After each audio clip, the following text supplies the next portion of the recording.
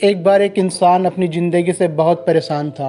वह हर समय अपने आप को कोसता रहता था कि क्या ज़िंदगी मिली है मुझे, क्या जीवन है। हर परेशानी मेरे साथ ही है, हर दुख मुझे ही आकर घेरता है, हर झंझट मेरे ही सर पड़ती है।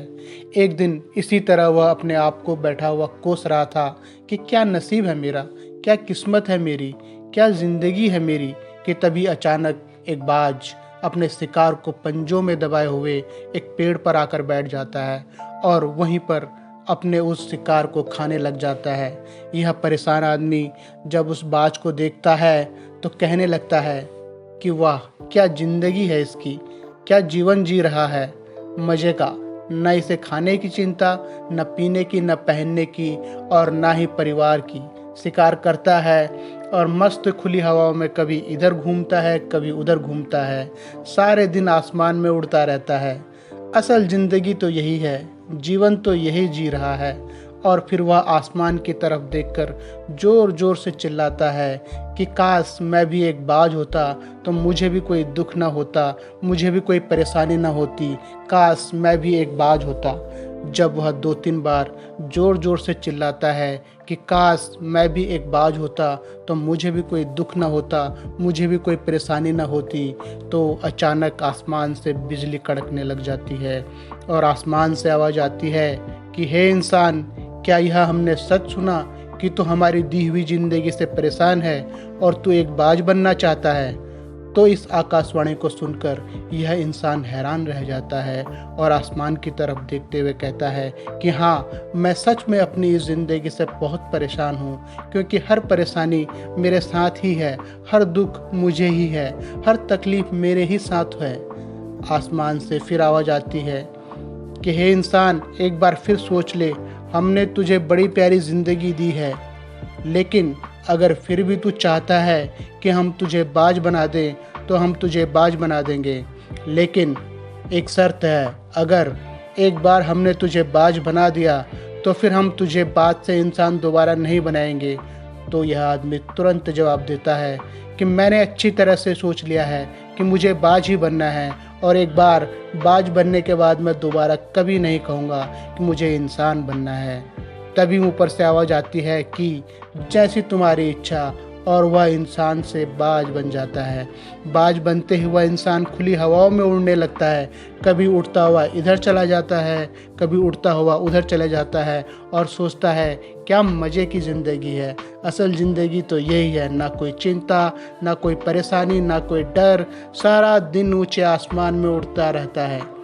2-3 मिनट पंख मारता है, उसके बाद पंख मारना बंद कर देता है और लंबे समय तक हवाओं में तैरता रहता है। इसी तरह हवाओं में तैरते हुए शाम का समय नज़दीक आ जाता है तो वह सोचता है कि मेरे पास रहने का एक ठिकाना भी होना चाहिए, मेरा अपना एक घर होना चाहिए जहाँ मैं रात में आराम कर सकूं। तो यह सोचकर वह छोटी छोटी लकड़ियाँ इकट्ठा करने लग जाता है और एक ऊंचे पेड़ पर अपना घोंसला बनाने लग जाता है।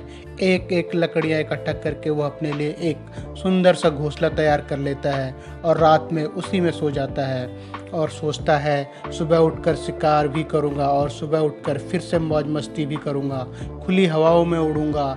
सुबह होते ही वह शिकार की तलाश में निकल पड़ता है, हवाओं में उड़ता रहता है। ऊपर से जाकर देखता है कि कहीं ज़मीन में मुझे कोई शिकार नज़र आए तो मैं तुरंत जाकर उसे दबोच लूं और वहीं पर खा लूं, लेकिन उसे कोई शिकार नज़र नहीं आता।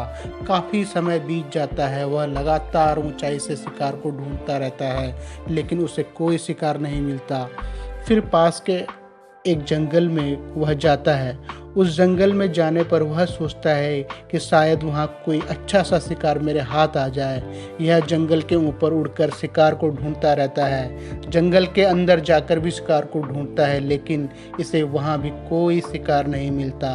शाम का समय नज़दीक आ जाता है तो वह मायूस होकर वापस अपने घोंसले की तरफ लौट रहा होता है कि रास्ते पर थककर एक पेड़ के ऊपर बैठ जाता है।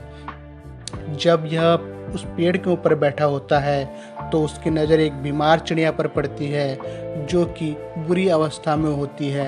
यह तुरंत जाकर उसे दबोच लेता है और उसके पंख निकालकर अलग कर देता है और उसे खा जाता है। उस चिड़िया को खाने के बाद वह अपने घोंसले की तरफ उड़ जाता है और रास्ते में सोचता है कि चलो बीमार चिड़िया ही सही, लेकिन कुछ तो खाने को मिला। वह अपने घोंसले पर पहुंचकर आराम करने लगता है और सोचता है सुबह एक अच्छा सा शिकार पकड़ूंगा और अपनी भूख मिटा लूँगा। जैसे ही सुबह का प्रकाश होता है यह निकल पड़ता है अपने शिकार की तलाश में। हवा में उड़ता रहता है, लेकिन आज फिर कोई शिकार इसके हाथ नहीं आता। काफ़ी समय बीत जाता है। यह ऊंचाइयों पर जाकर अपनी तेज़ नज़रों से शिकार को ढूंढने की पूरी कोशिश करता है, लेकिन इसे कोई भी शिकार नज़र नहीं आता। फिर यह पास के उस जंगल की तरफ चला जाता है, लेकिन इसे वहाँ भी कोई शिकार नहीं मिलता। इसी प्रकार पूरे दिन उड़ते उड़ते शाम का समय नज़दीक आ जाता है, तो यह निराश होकर वापस लौटने लगता है और रास्ते में एक पेड़ पर आकर बैठ जाता है। वह सोचता है शायद आज फिर कोई बीमार चिड़िया मेरा इंतज़ार कर रही हो, लेकिन हर बार किस्मत मेहरबान नहीं होती है। आज इसे कोई बीमार चिड़िया नहीं मिलती। यह थक हार कर वापस अपने घोंसले की तरफ चल पड़ता है और घोंसले पर पहुंचकर भूखा प्यासा ही सो जाता है और सोचता है कि कल सुबह एक बड़ा सा शिकार पकड़ूंगा और आज की भूख भी मिटा लूँगा। रात को अपने घोंसले में सोया होता है, गहरी नींद में होता है कि तभी एक भयानक तूफान आता है।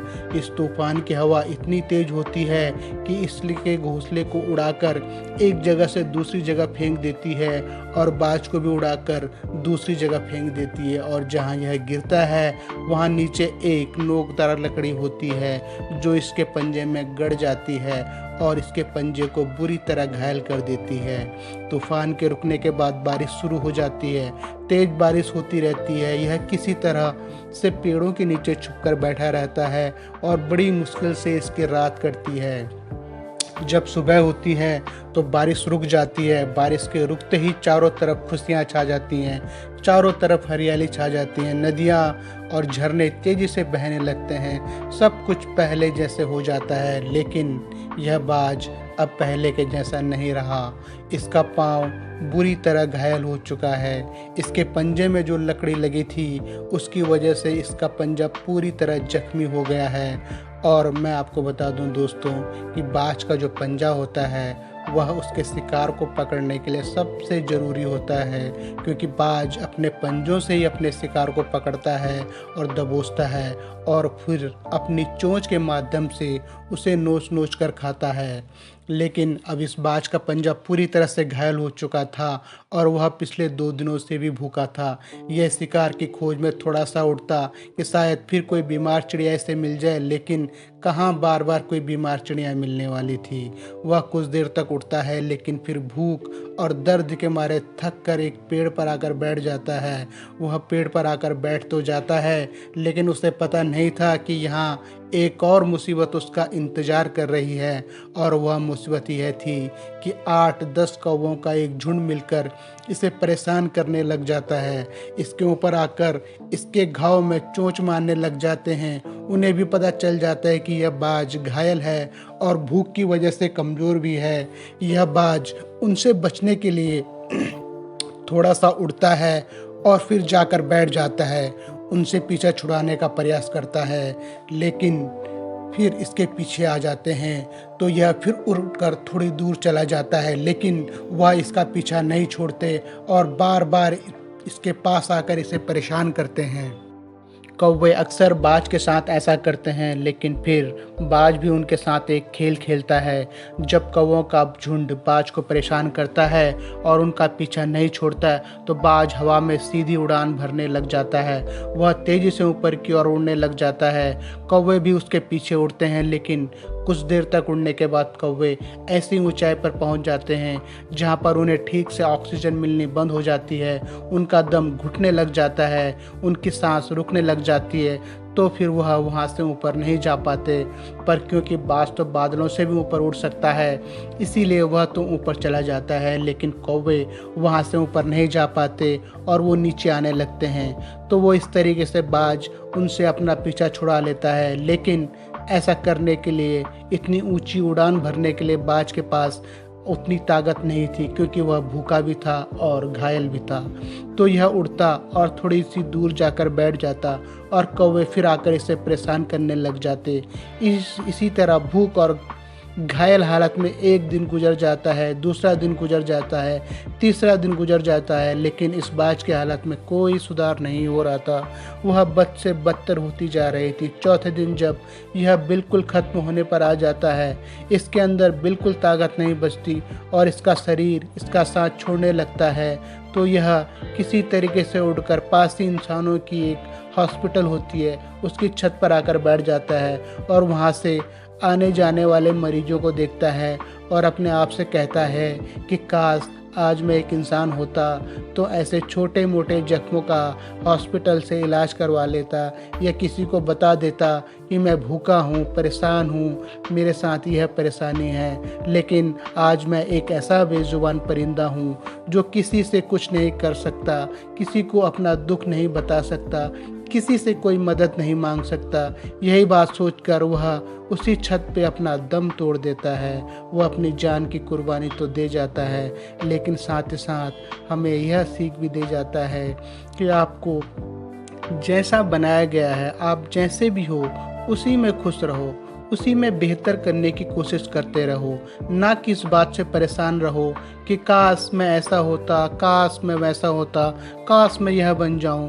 आपको जैसा भी बनाया गया है आप उसी में अपना सर्वश्रेष्ठ करने का प्रयास करते रहो। दोस्तों, यह कहानी काल्पनिक तो है, लेकिन हमें जीवन का एक बहुत ही महत्वपूर्ण नियम सिखा कर जाती है कि हम जैसे भी हैं अच्छे हैं, बस हमें उसी में अपना सर्वश्रेष्ठ करने का प्रयास करते रहना चाहिए। दोस्तों, उम्मीद है आपको बाज की इस कहानी से कुछ न कुछ अवश्य सीखने को मिला होगा। अगर आपको ये कहानी पसंद आई है तो इसको लाइक करें और हमारे चैनल को सब्सक्राइब करें। धन्यवाद।